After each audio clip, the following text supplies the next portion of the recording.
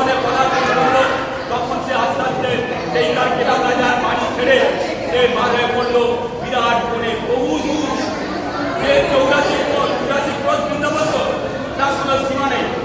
যাই হোক, সেই বন ছিঁড়ে যেতে লাগলো, সেই বনের দিকে যেতে যেতে এক গাছের তলায় বসে সেই বৃন্দা ভগবান বিষ্ণু পূজা করতে লাগলো। আর কলিযুগের বৃন্দাটাকে, ওটা তো সত্যযুগের বৃন্দা রাজা নেই, কলিযুগের বৃন্দাটাকে, কলিযুগের বৃন্দা হলো তুলসী দেবী। যাই হোক, তুলসী দেবী কলিযুগের বৃন্দা। এখন সেই মেয়েটি যখন সেখানে তপস্যা করছে, সেই যুগে ভগবান বিষ্ণু এসে তাকে বললো, কি চাও মা তুমি? আমি তোমাকে চাই, তোমার লীলা দর্শন করতে চাই। তখন ভগবান বিষ্ণু বললো, রামের যুগে আমি যখন কৃষ্ণ হব, তখন তুমি ওই বৃন্দাবনে তুমি থাকবে। আগে বৃন্দাবনে আমি যখন সখীদের নিয়ে লীলা করবো, সেই সমস্ত লীলা তুমি দর্শন করবে। আমি যখন সখীদের নিয়ে নিয়ে যখন বসতে যাবো, সেই লীলা তুমি দর্শন করবে। আমার যখন বসতে থেকে ফিরে আসবো, তখন মা তুমি সেই লীলা দর্শন করবে। এইভাবে বৃন্দা হয়েছিল, বৃন্দা থেকে বৃন্দা মন তৈরি হয়েছিল। আমরা সেই বৃন্দাবনে এখন যাই। আরেকটা কথা বলে যাচ্ছি, আমাদের শঙ্খচূড়টা কে? শঙ্খচূড় হল সতী মাতা তুলসী দেবীর স্বামী। শঙ্খচূড় হল সতী তুলসী দেবীর স্বামী। সেই শঙ্খচূড় চন্দ্রভাগা নদীর তীরে পূজা করছে, ভগবানকে ডাকছে। কোন ভগবানকে ডাকছে? সে ডাকছে ব্রহ্মাকে। ব্রহ্মাকে ডাকছে, ব্রহ্মাকে তপস্যা করছে। ব্রহ্মার তপস্যায় যখন ব্রহ্মা সন্তুষ্ট হল, তখন ব্রহ্মা সেই শঙ্খচূড়ের পিছনে এসে হাজির। শঙ্খচূড় বলছে, ব্রহ্মা তুমি এখানে কি জন্য এসেছো? বড় শঙ্খচূড়, তুমি কি চাও? তুমি তো বহুদিন যাবৎ আমাকে ডাকছো, আমি তোমার কথা সন্তুষ্ট, আমি তোমাকে পথ দিতে চাই। কি পথ দেবে?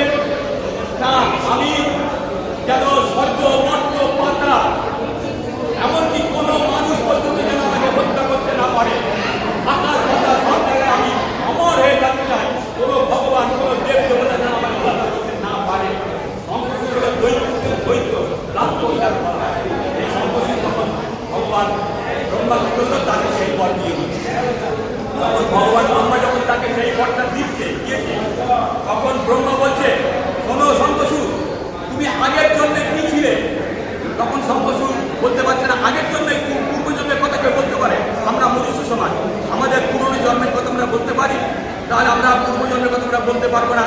তাহলে আমাদের পূর্বজন্মে আমরা তো পাখি পক্ষ কীট পতঙ্গ ছিলাম, সমস্ত সেই সমস্ত কীট পতঙ্গ আস্তে আস্তে আমরা জন্ম নিয়েছি মনুষ্য জন্ম। যখন এইবারে ব্রহ্মা সেই শঙ্খচূড়, সেই রাক্ষস দৈত্যের মাথায় যখন তিনটে চড় মেরেছে, তখন সেই দৈত্য বুঝতে পেরেছে যে আমি আগের জন্মে কি ছিলাম। শঙ্খচূড় একটা রাক্ষস, সে আগের জন্মে ছিল শ্রীরাম। শ্রীরামটাকে ভগবান বিষ্ণু, অর্থাৎ কৃষ্ণের বন্ধু শ্রীরাম। বিষ্ণু ভগবান বিষ্ণুর বন্ধু হলো শ্রীরাম। শ্রীরাম ছিল শঙ্খচূড়, আর সেই শ্রীরাম হলো শঙ্খচূড়। তখন সে জানতে পারলো, তখন শ্রীরাম যখন শ্রীরাম থেকে শঙ্খচূড় হলো, তখন ভগবান কৃষ্ণ শ্রীরামকে বলছে, শোনো বন্ধু শ্রীরাম, তুমি তো আমার বন্ধু। এই গোলকের মধ্যে, এই বৈকুণ্ঠে আমি তো কৃষ্ণ, এই বৈকুণ্ঠে আমাকে পাওয়ার জন্য, আমাকে একটা নিশি রাত্রি যাপন করার জন্য এক মহিলা আমাকে সবসময় চাইছে। আমার সঙ্গে সে এক নিশি যাপন করতে চায়, আমার সঙ্গে এক নিশি সে প্রেম লীলা করতে চায়, আমার সঙ্গে এক লীলা করতে চায় একটা রাত্রি। সেই মেয়েটি আমাকে সবসময় ডাকছে। সেই মেয়েটিকে, যে মেয়েটি কৃষ্ণের সঙ্গে বৈকুণ্ঠে লীলা করেছিল, প্রেম লীলা করেছিল, রাত্রি যাপন করেছিল, প্রেম নিবেদন করেছিল, সেই মেয়েটি হলো বিরজা। মনে রাখবেন, সেই মেয়েটি হলো বিরজা। বিরজা যখন কৃষ্ণের সঙ্গে ঘরে মধ্যে প্রেম নিবেদন হচ্ছে, তখন সেই মুহূর্তে শ্রীরামকে কৃষ্ণ বললো, শ্রীরাম তুমি গেটে দাঁড়িয়ে থাকো, হাত নিয়ে, কোনো লোক যেন ঢুকতে না পারে, এমনকি রাধারানীও যদি আসে তাকেও ঢুকতে দেবে না। কিন্তু কিছু পরে যখন প্রেম নিবেদন খেলা চলছে ভেতরে, তখন স্বয়ং রাধারানী ছুটতে আসছে, এসে বলছে, শ্রীরাম তুমি চলে যাও, আমি ঘরে ঢুকবো। শ্রীরাম বলছে, না, ঢুকতে দেবো না, কোনো রকম ঢুকতে দেওয়া যাবে না। তখন রাধারানী বলছে, দেখো তুমি যদি ঢুকতে না দাও, আমি তোমাকে অভিশাপ দেবো, তখন তুমি পরজন্মে আবার অন্যরকম হয়ে যাবে। তখন শ্রীরাম তাকে ছেড়ে দিল। শ্রীরাম যখন ঢুকে গেল সেই ঘরের মধ্যে ঢুকে গিয়ে দেখছে বিরজা আর কৃষ্ণ একসঙ্গে প্রেম নিবেদন করছে। তখন সঙ্গে সঙ্গে কৃষ্ণ বলল, বিরজা তুমি শিগগিরই লুকিয়ে পড়ো, রাধারানী এসে গেছে আর আমাকে রক্ষে রাখবে না, রাধা এসে গেছে। তখন বিরজা বলে, আমি এখন কোথায় লুকোবো এই মুহূর্তে? তখন কৃষ্ণ বলছে, তুমি নদী জল হয়ে যাবে। কৃষ্ণ তখন শক্তি বলে তাকে নদীর জল তৈরি করে দিল। তাকে সেই বিরজা, যে মেয়েটি রাধা কৃষ্ণের সঙ্গে প্রেম খেলা করছে, সেই মেয়েটিকে জল তৈরি করে দিল। নদী নদী যখন তৈরি হয়ে গেল, তখন কৃষ্ণ বলছে, রাধা তো আমাকে মেরে ফেলবে, আমাকে তো যাচ্ছে তাই। তখন কৃষ্ণ তখন কি করলো? কৃষ্ণ তখন দাঁড়িয়ে আছে, দাঁড়িয়ে থাকার পরে সে তখন কি করলো? সর্প তৈরি হয়ে গেল, কৃষ্ণ সাপ তৈরি হয়ে গেল। সেই সাপটি কি হলো? সেই বিরজার যে নদীর জল, সেই নদীর জলে ভাসতে লাগলো। রাধা ঢুকেই বলছে, এ কি বিরজা, তুমি নদীর জল তৈরি হয়ে গেছো? আমি তোমাকে অভিশাপ দিচ্ছি, তুমি সারা জীবন আজ অবধি তুমি মনুষ্য জন্ম হতে পারবে না, তুমি সারা জীবন নদীর জল হয়ে গেছো। তখন কৃষ্ণ বলছে, বিরজা তুমি চিন্তা করো না, তুমি নদীর জল হয়েই থাকো, তুমি বৃন্দাবনে যাবে, বৃন্দাবনে যমুনা নদী, সেই যমুনার তীরে আমি প্রেম লীলা খেলবো, আমি সেখানে যে লীলা করবো, তুমি সেই যমুনার তীরে আমি সেই লীলা করবো, আর তুমি সেই লীলা দেখো।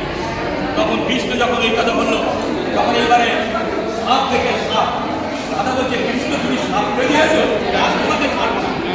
রাধা রেগে গেছে, রেগে গিয়ে রাধা তখন কি করলো? ময়ূর তৈরি হয়ে গেল, নিজে ময়ূর তৈরি হলো। ময়ূর যেই তৈরি হয়েছে, ময়ূর তৈরি হওয়ার পরে সেই কৃষ্ণের সাপ সাপ খালি ঠোকর মারে, এক ঠোকর মেরেছে, কৃষ্ণ সাপ অনেক লেগে গেছে।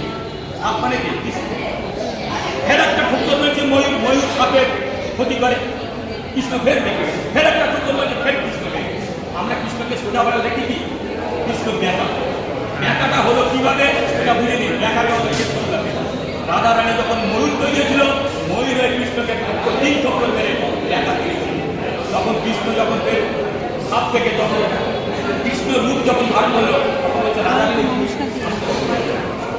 হইতে ধরো, তোমাকে রাগ করলে তোমাকে কত সুন্দর দেখতে লাগবে, জানো তুমি রেগে গেছো তো তোমাকে কত সুন্দর দেখতে লাগবে।